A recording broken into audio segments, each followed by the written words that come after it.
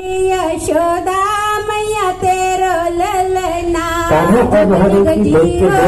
यशोदा मैया तेरो ललना रे मैया तेरो ललना रे मैया तेरो ललना जुग जुग जीवे री यशोदा मैया तेरो ललना जुग जुग जीवे री यशोदा मैया तेरो ललना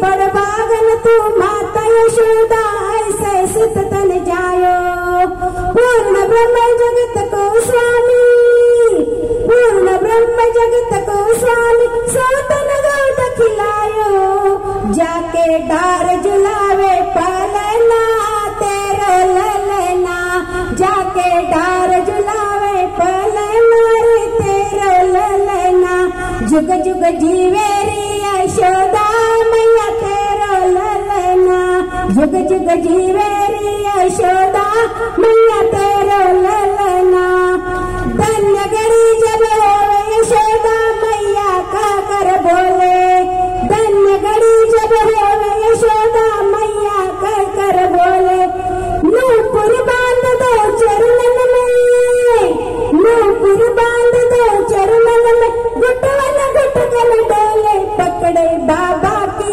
अंगुलियां रे तेरो ललना पकड़े बाबा की अंगुलियां रे तेरो ललना जुग जुग जीवे रे यशोदा मैया तेरो ललना आशा लेकर बड़ी दूर से दर्शन करने आयो आशा लेकर बड़ी दूर से दर्शन करने आयो मेरे इष्ट जगत को स्वामी मेरे इष्ट जगत को स्वामी सोतन गोद खिलायो जाके दर्श बिनाए मोहे करे मारी तेरो ललना जाके दर्श बिना मोहे करना तेरो ललना जुग जुग जीवे री यशोदा मैया तेरो ललना जुग जुग जीवे री यशोदा मैया तेरो ललना।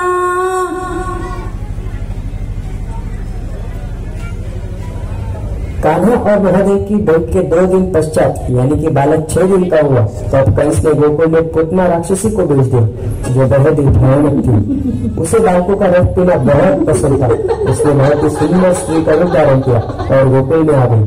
उसने रूप भले ही सुंदर किया हो लेकिन उसके मन में कपट था। वो गोकुल में आई और मैया से बोली बधाई हो मैया बधाई हो। अरे आओ गोपी कौन हो कहाँ से आई हो। मैया परिचय वरिचय मत पूछो बस ये समझ लो तुम्हारी शुभचिंत हूँ और तुम्हारे लाला के दर्शन करने आई हूँ बड़ी दूर से आई हूँ। सुनिए तुम्हारे घर लाला है तो मैं तो अपने आप को लाला की मौसी कहलाऊंगी। मैं लाला की मौसी हूँ। मौसी मतलब माँ जैसी इसीलिए जैसी तू वैसी मैं। हाँ गोपी बात तो बिल्कुल सही कही तूने। लाला तो सबको है मेरे अकेले को थोड़ी है तेरो भी है और गोपी को भी। अच्छा सुन तू यहाँ बैठ मैं तेरे मुँह मीठा करवाने के ताई थोड़ी मीठा खा ले। पुतना ने सोचा मैं तो लला की मासी हूँ इसलिए उसने लला को उठाया और दूध पिलाने लगी। उस वक्त कान्हा ने अपनी आंखें बंद कर ली और उसका दूध पीने लगे और दूध के साथ साथ वो जहर और पुतना के प्राण भी पीने लगे। पुतना अपने विशालता रूप में आ गई और आकाश मार्ग से मथुरा की ओर जाने लगी। गोकुल से 7 योजन दूर कान्हा ने उसे नीचे उतारा और वो चिल्लाने लगी बालक छोड़ने वालो तो मुझे जानती नहीं मैं तो पकड़ो तो छोड़ो नहीं।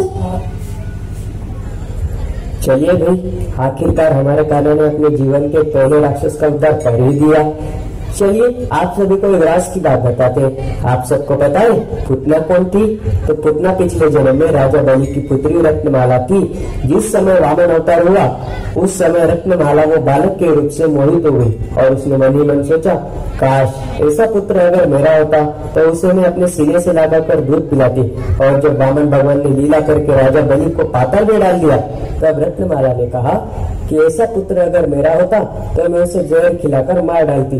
तो वही रत्नमाला अगले जन्म में पुतना बनकर आई और उसके दो इच्छाएं भगवान ने एक ही जन्म में पूर्ण कर डाली। और आपको पता है जब पुतना का अंतिम संस्कार हुआ तब चंदन की और कस्तूरी की खुशबू हर तरफ फैल गई। तो आपको पता है जो गति पुतना को मिली वही गति माता देवकी और मैया यशोदा को भी मिली। जब सबने आवाज सुनी तो वहाँ पर एक विशाल राक्षसी मरी पड़ी थी। लल्ला उस पर खेल रहे थे। सब लोगों ने मिलकर लल्ला को नीचे उतारा और पुतना का अंतिम संस्कार किया।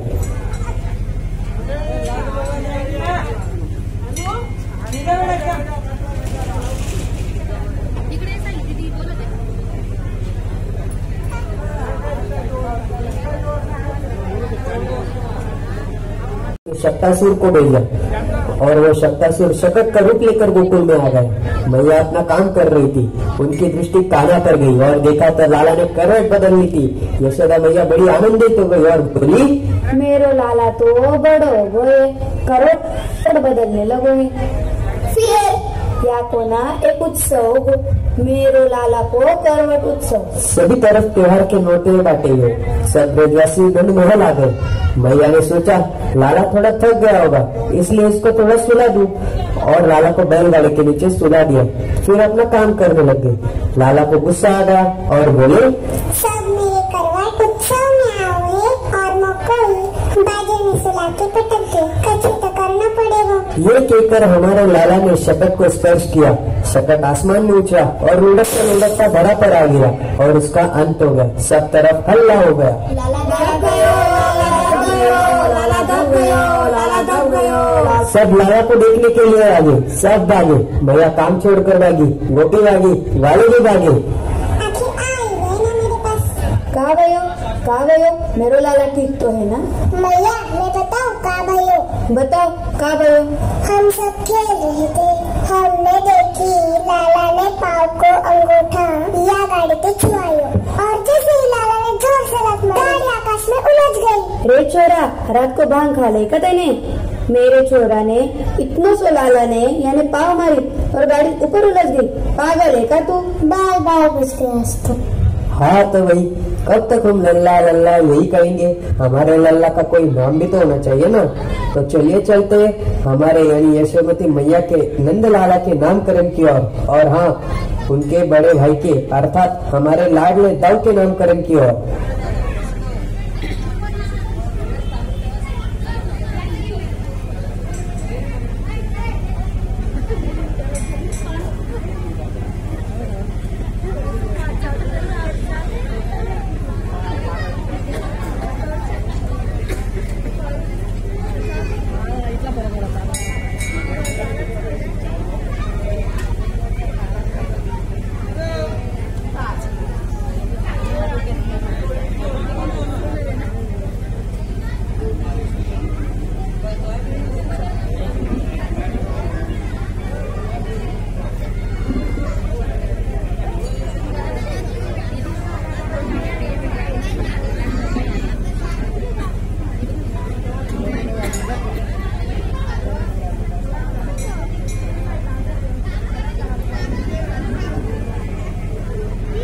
गर्गाचार्य जी ब्रज में आते हैं तो नंदबाला और उनकी बहू होती है। तो नंदबाला कहते हैं, ईश्वर आप आ ही गए हो तो एक विनती है कि आप हमारे और रोहिणी भाभी के लाला का नामकरण कर दो। नंद बाबा आप तो जानते हैं मैं यदुवंशियों का कुलगुरु हूँ। कंस को वैसे भी तुम पर शक है और अगर उसे पता चल गया कि मैंने तुम्हारे पुत्रों का नामकरण किया है तो कंस तुम्हारे बच्चों को जिंदा नहीं छोड़ेगा। ईश्वर बात तो सही है लेकिन आप चिंता मत करो। हम व्यवस्था ऐसी बना देंगे कि काय को पता ही ना लगेगा कि हमारे बालकों का नामकरण आपने करो है। आप बस कृपा कर दो, विनती कर रहे है और मेरी जे आग्रह हो अस्वीकार मत करो आप। ठीक है। समय निश्चित किया गया और गौशाला में नामकरण होने का इन्होंने तो रेट दिया है नामकरण का। अरे मैं तो बड़े उत्सव करती, सबको बुलाती, मोहल्लों को इकट्ठा करती, तब नामकरण करती। और इन्होंने पतो ना कौन से बाबा जी को क्या है नाम धरवे के तक। अब यू बाबा जी का भी जानकार है या नहीं पहले पतो तो कर लो। ये कहकर यशोदा मैया रोहिणी मैया से बोलती है, एक काम करो जीजी, तुम अपने लाला को मेरी गोदी में दे दो और मेरे लाला को तुम अपनी गोदी में ले लो। पता तो चले कि बाबा को, अगर बाबा को पता चल गयो कि मैं नहीं यू याको लाला है और यू याको, तो बाबा जी जानकार है, नहीं तो। ये कहकर दोनों हंस पड़ी और लाला को गोद में लेकर बैठ गई। गर्गाचार्य जी आए और उन्होंने आंखें बंद की और मुस्कुराकर बोले, अरे मैया, तेरा छोरा की शक्ल तो कचू रोहिणी से मिल रही है और रोहिणी मैया के छोरा की शक्ल तो तूते मिल रही है। कचू तो गड़बड़ है। यशोदा मैया बेचारी शर्मा गई। कैसे बताई कि हम आपकी परीक्षा लेने के ताई ये सब कर रहे हैं। अरे अरे बाबा, मैं तो लगे भूल गई, गलती से मेरो छोरो या के डोर चलो गए और या को छोरो मेरे डोर। अरे लो पकड़ो जीजी, तुम अपने छोरे को पकड़ो, महाराज ज्ञानी तो है, जानकार है। अच्छो बाबा, अब तो जल्दी से नामकरण कर दे। अयम ही रोहिणी पुत्रो नमयन सहृदय गुणो मैया तेरो लाला बल में बड़ो बलशाली हो, बला अधिक्यत बलम विधु, बल में अधिक होने के कारण आपके पुत्रों का नाम होगा बलराम। जैसे ही ऋषिवर ने मैया के लल्ला को देखा तब उनकी आंखें बंद होने लगी और वो समाधि में जाने लगे। तो मैया घबरा गई और बोली, ए जी जरा देखियो तो बाबा जी को काहे गए, कछु भूत प्रेत चढ़ गए का? अरे ओ बाबा, अरे बाबा जग जा, देख देख हम लाला को लिए बैठे हैं, नामकरण कर। मैया तेरे लाला को नाम में का रखूं? याकू देख के तो मैया मैं अपना ही नाम भूल गयो। का नाम है मेरा? अरे बाबा किसी बात कर रहे हो तू?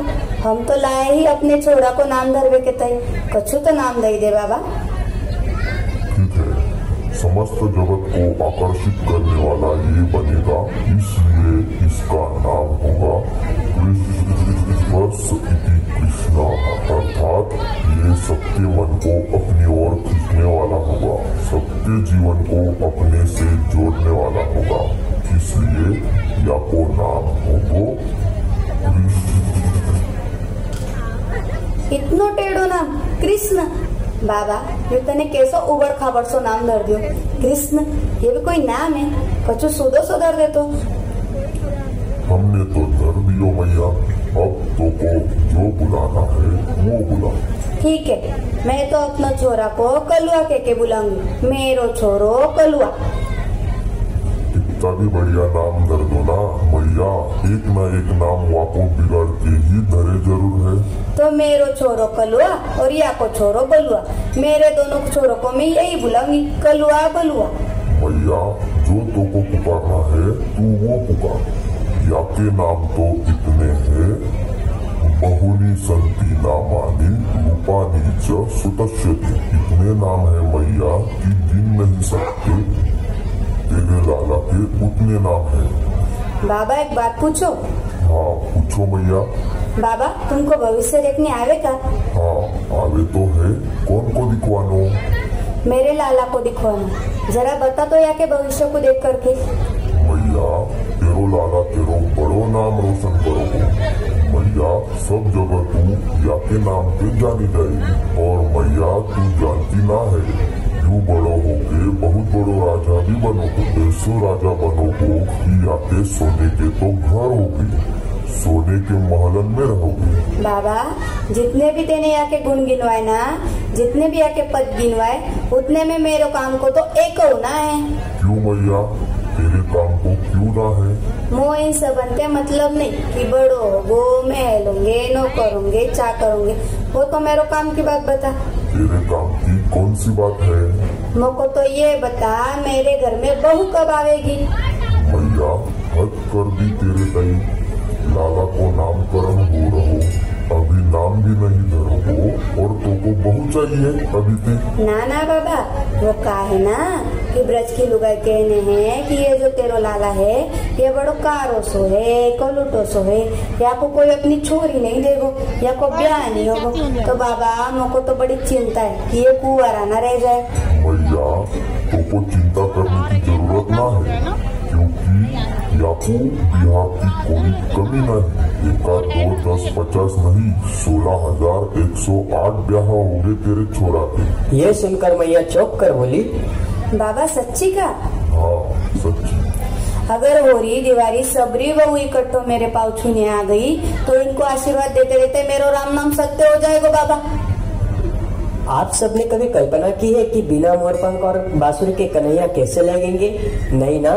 तो आइए जानते हैं कि कान्हा मोरपंख और बांसुरी क्यों धारण करते हैं। ऐसा माना जाता है कि एक बार एक मोर था जो कान्हा का अनन्य भक्त था। वो कई सालों से कान्हा की भक्ति करता था, लेकिन कान्हा ने कभी उसे दर्शन नहीं दिए। एक बार एक मैना अपने घर की ओर जा रही थी। उसने देखा कि वो मोर रो रहा है। वो मोर के पास आई और पूछा कि क्या हुआ, तुम रो क्यों रहे हो? तो उसने कहा, क्या बताओ मैना, मैं सालों से कन्हैया की भक्ति कर रहा हूँ, उनका नाम ले रहा हूँ, लेकिन उन्हें एक बार भी मेरी तरफ देख कर नहीं देखा।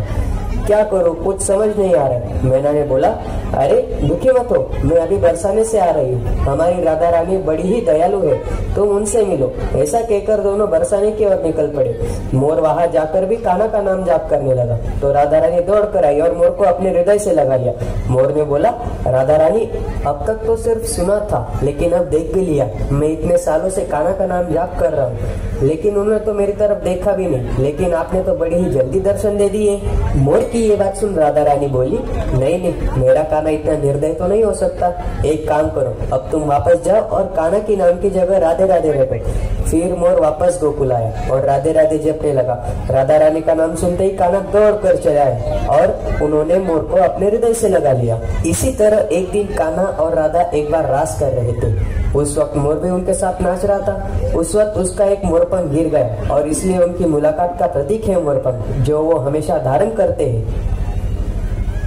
अब आइए जानते हैं कि कान्हा बांसुरी क्यों हमेशा अपने साथ रखते हैं। बांसुरी कान्हा को अत्यंत प्रिय है क्योंकि उसमें 3 गुण है। पहला, बांसुरी में गांठ नहीं है, जो संकेत देता है कि अपने अंदर भी कोई गांठ मत रखो, यानी मन में के बदले की भावना ना रखो। दूसरा, बिना वजह ये बजती नहीं है, मानो बता रही हो कि जब तक ना कहा जाए तब तक मत बोलो। तीसरा, जब भी बजती है मधुरी बजती है, जिसका अर्थ हुआ कि जब भी बोलो मीठा ही बोलो। और बांसुरी बांस की होती है जिसकी सीने पर छेद होता है, मानो कह रही हो कि यदि दर्द सहोगी तभी भगवान के पास रहोगी। और आप सभी को तो पता ही है कि कान्हा जी और भोलेनाथ जी की पहली भेंट का प्रतीक है बांसुरी, इसलिए कान्हा मोरपंख और बांसुरी हमेशा अपने साथ रखते हैं। तो बोलो मोर मुकुटधारी भगवान के, बंशीधर कृष्ण कन्हैया लाल के।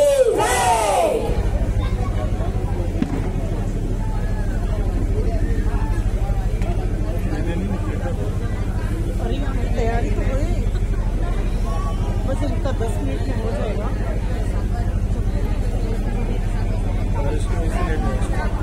हाँ, लाइट भी नहीं थी ना, अभी तक भी नहीं, जल्दी तक भी चालू हो सकता। ये तो ड्राई फ्रूट तक नहीं सजाए नहीं, अल्लाह की सजाए नहीं। एक बार हमारे नन्हे से कान्हा खेल रहे थे। उस वक्त गोकुल में सुखिया नाम की फल बेचने वाली औरत आई। उस वक्त नंद बाबा की बैठक बैठी थी। यशोदा मैया मक्खन मत रही थी। फल ले लो, फल, ताजे ताजे फल। अरे ओ मैया, जरा फल तो दे दो। अरे नंदराज, ले लो, बोलो कोनो कोनो फल दूं? दे दो, जो फल अच्छो है। बाबा, सारे फल अच्छो है, ताजो है। तो एक काम करो, आम दे दो। जी बाबा, ले लो। अरे यशोदा, ये फल अंदर रख दो और माई को इन फलों का मूल्य दे दो। कान्हा को भी फल चाहिए। हाँ तो लल्ला, लेना, बोलो कौन सा फल चाहिए तोको? मेरा नाम कान्हा है, कान्हा। कान्हा को आम चाहिए। आप लोग को कान्हा भी दान देगा। अरे ना ना लल्ला, मुझको मूल्य ना चाहिए, तू आम रख ले बस। नहीं, कान्हा मूल्य देगा और आपको लेना पड़ेगा। अच्छा ला दे, मूल्य दे दे मुझको। ये कहकर कान्हा दौड़कर अंदर गए और मुट्ठी भर चावल लेकर आने लगे, लेकिन थे तो वो छोटे ही। वो चावल गिराते गिराते आए और जब आए तो मुट्ठी में बस 4 ही दाने बचे थे। तो कान्हा निराश हो गए। अरे कोई बात नहीं लाला, ला दे, तेरा मूल्य मुझको बहुत पसंद आयो, ले तेरे आम। ये कहकर सुखिया ने कान्हा को आम दे दिए। सुखिया भले ही पैसों से गरीब थी, लेकिन मन की बहुत धनवान थी। वो घर गई और देखा कि जो 4 दाने दान कान्हा ने दिए थे वो तो टोकरी में थे ही नहीं। पूरी टोकरी सोना, चांदी, हीरे, मोतियों से भर गई थी। ऐसे है हमारे दयालु कान्हा। हम जब उन्हें थोड़ा सा देते हैं तो वो उसके बदले हमें भर भर कर देते। वो तो कहते हैं कि उन्हें बस थोड़ा सा समय दिल से देकर तो देखो, फिर देखना मेरे कान्हा और मेरी राधा रानी आपको क्या क्या दे डालेंगे। बाबा तेरे दरबार की निराली शान देखी है, तुझे देते नहीं देखा पर झोली भरी देखी है।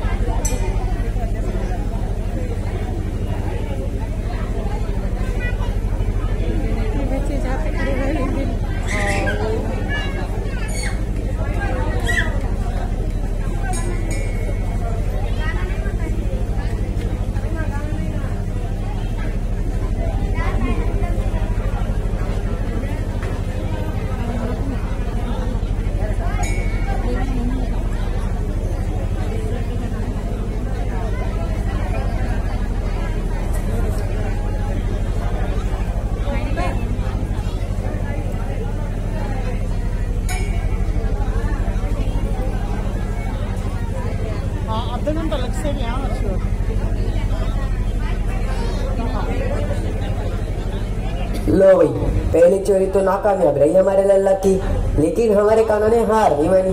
प्रयास करते रहे और सफल भी होते रहे। कान्हा जी का रोज का था, रोज चोरी करने जाते और गोपियां उलाने लेकर मैया के पास आ जाती। ऐसे ही हर रोज के बाद एक दिन मैया दधी मंथन कर रही थी। उतने में छोटे से कान्हा जी आए और मैया की गोद में बैठ गए और बोले, मैया हमको बड़ी जोर की भूख लगी, हमको दूध चाहिए। अरे लाला, अभी थोड़े से काम बाकी है। ये दूध दही माखन सब तेरे लिए तो निकाल दूं। ताजा ताजा माखन निकलेगो, फिर मेरो लाला खाएगो, फिर उसको पेट भरेगा। ना ना मैया, हमको तो अभी कैसा है वही दूध चाहिए। कन्हैया की बात सुन मैया ने सोचा कि लाला तो छोटा है, ऐसे नहीं माने वो। इसलिए मैया ने उसे बातों में लगा दिया और दोनों बातें कर रहे थे कि मैया मुझको एक बात बता, तुमको दूध ज्यादा प्यारो है या दूध ज्यादा प्यारो है? ये भी को पूछने की बात है, सीधी सी बात है। मेरे को तो मेरे को लाला ही प्यारो है, मेरे तो लाला ही है जो कुछ भी। दोनों मैया लल्ला की बातें चल ही रही थी कि मैया को याद आया कि चूल्हे पे दूध रखा है। मैया ने लल्ला को गोद में से नीचे उतारा और मैया भागी। कान्हा मुंह फुलाकर बैठ गए और बोले, पापा थे अभी कह रही थी दूध ज्यादा प्यारो है, और अब देखो दूध को यहाँ धरती पे पटक दिया और चली गई दूध बचाने। हम ये प्रश्न ऐसे ही नहीं पूछे थे, हमको मन में शंका थी कि मैया को दूध ज्यादा प्यारो है, लेकिन मुझसे ज्यादा कोई किसी से प्रेम करे ये मैं सहन नहीं करूँगा। ऐसा कहकर कन्हैया ने ली अपनी बंसी और सब मटकी फोड़ डाली। यशोदा मैया के आंगन में दूध दही की नदी बहने लगी। तो क्या फिर कान्हा ने बचाई बंसी और बुला लिया अपने टोली को। सब लोग मजे से खाने लगे। यशोदा मैया को लगा कुछ तो गड़बड़ जरूर है। मैया धीरे धीरे आगे बढ़ने लगी। जब सबने सुना तो सब ग्वाल बाल वानर सब भाग गए। बस कान्हा जी बैठ के खाने में मगन थे। लेकिन जब कान्हा को लगा कि कुछ तो गड़बड़ है, जैसे ही उन्होंने पीछे देखा तो पीछे यशोदा मैया लाठी लेके खड़ी थी। कान्हा ने जोर से दौड़ लगा दी। कान्हा आगे आगे, यशोदा मैया पीछे पीछे। यशोदा मैया कान्हा के पीछे पीछे भागते हुए बोली, आज नहीं छोड़ूंगी तुझे। आज ऐसो मजा चखाऊंगी कि पूरो को पूरो ब्रज याद रखेगो। इतनो शैतान, इतनो नटखट, आज नहीं रोक्यो तो या के शैतानी बढ़ती जाएगी। जैसे कन्हैया ने देखा मैया आप पीछे से आ रही है, तब कन्हैया ने दौड़ लगा दी। पर कन्हैया तो कन्हैया ठहरे, वो कार पकड़ में आते। मैया बेचारी थक गई और हार कर कहा, अरे लाला, अरे कन्हैया, मैं थक गई रे, अब तो पकड़ में आ जाओ। यशोदा मैया की बात सुन कन्हैया मैया के पास आ गई कि तभी रोज की भांति आज भी गोपियां उल्हाने लेकर मैया के पास पहुंच गई और कहने लगी, मैया, अरे ओ मैया, घरे है तू, तेरो लाला कहाँ थे? अरे आओ ना गोपियों, बैठो। मेरो लाला तो घर में है। लाला, अरे ए लाला, बाहर आ तो जरा, आज क्या करी तूने? ये जो है ना तेरो लाला, ये तो देखने में बड़ो सीधा लगे, पर तो को पता ना है या के पेट में 2.5 इंच की दाढ़ी है। इतना उद्यमी है, तेरे सामने आएगो तो एकदम चुप बैठ जाएगो। कितना सुधो है ये, कछु जाने ही नहीं का उदम करो तो, पर पीछे तो या को देखे है ना, कितनो दम मचावे, कितनो हल्ला मचावे, या तो मटकी फोड़। अरे गोपी, अब बालक है, बालक तो थोड़ा उधम मचाएंगे ही। बालक नहीं मचाएंगे तो क्या मैं बूढ़ी उधम मचाऊंगी? तू काय को चिंता करे, मचान दे उधम। थोड़ा बहुत कभी ज्यादा मचाए तो डांट दिया कर। उधम तक तो ठीक है, थोड़ा डांट देंगे, थोड़ी फटकार लगा देंगे, पर तो को पता ना तेरो छोरा एक गलत रास्ते की तरफ बढ़ रहा है। कौन से रास्ता की तरफ बढ़ रहे हो? जो यार रास्ता पे चले जाए ना तो वापस ले आए। अरे बता तो सही, कौन सो रास्ता है, कौन सो मार्ग है जिसपे मेरा छोरा आगे बढ़ रहा है? तेरो छोरा चोरी करनो सीख गयो है, ये घर घर जावे चोरी करे। अच्छो, चोरी करे मेरा लल्ला? हाँ, चोरी करे। अच्छो गोपी, का चुरावे? तेरो सोनो चांदी पैसा बेला का चुरावे मेरो लल्ला? ना पैसा वैसा ना चुरावे, सोनो वोनो ना चुरावे।